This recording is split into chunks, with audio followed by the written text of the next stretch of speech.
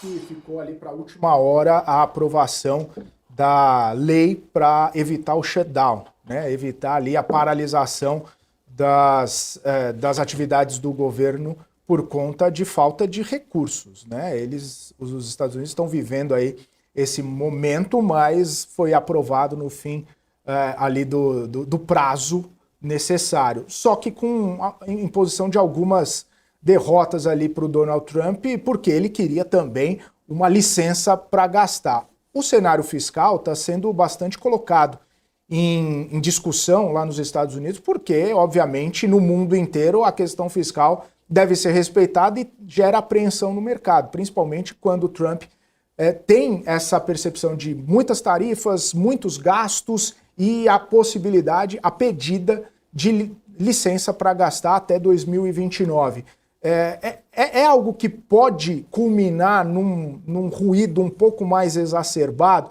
Claro que a comparação talvez não fique muito próxima, porque a gente vive efetivamente um país emergente, sem as grandes conquistas dos Estados Unidos, nem o grande tamanho dos Estados Unidos, mas a gente está vivendo um cenário fiscal delicado. A gente pode ver um cenário fiscal ruidoso, problemático nos Estados Unidos também, ao longo dessa era Trump?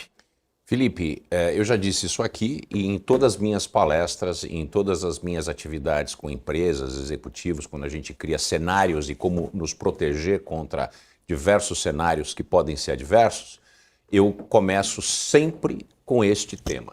Para mim, o maior risco global no momento chama-se endividamento. Nós atingimos um nível de endividamento soberano dos países de mais de 100% do PIB terrestre.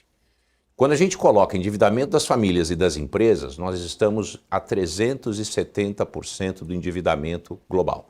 Nós temos um total de endividamento de 330 trilhões de dólares. Isso é muito preocupante e tem mais um problema, um agravante aqui. Como a maior parte dessa dívida é em dólar, certo? Essa dívida só pode ter uma situação. Os americanos não têm como pagar essa dívida. E a maneira de pagar a dívida ou atenuar a dívida, né, chama-se senhoragem, né, ou monetização dessa dívida.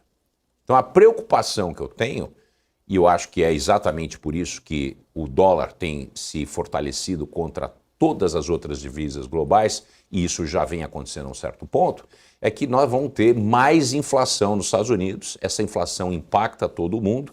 Com isso, as taxas de juros americanas elas não vão baixar.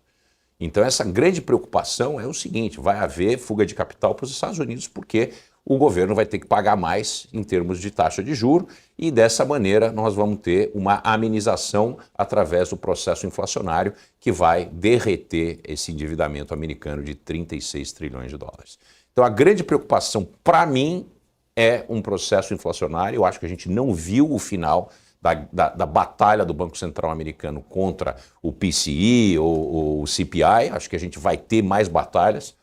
Acredito que deve haver um segundo pico inflacionário por causa disso, e a maneira de resolver esse problema, senhoras e senhores, é através da monetização da dívida. A monetização da dívida, fala-se que nós vamos emitir moeda para abater essa dívida, e isso gera inflação. Uma vez que o mercado de trabalho está superaquecido, não mostra sinal de fraqueza, né? A gente teve os números que vieram semana passada, mostraram o que eu estou dizendo, né? Então a perspectiva é de mais inflação, fortalecimento do dólar por causa da posição do Banco Central de não poder diminuir. Para mim, a taxa de equilíbrio hoje para o Fed Fund é em torno de 4,25.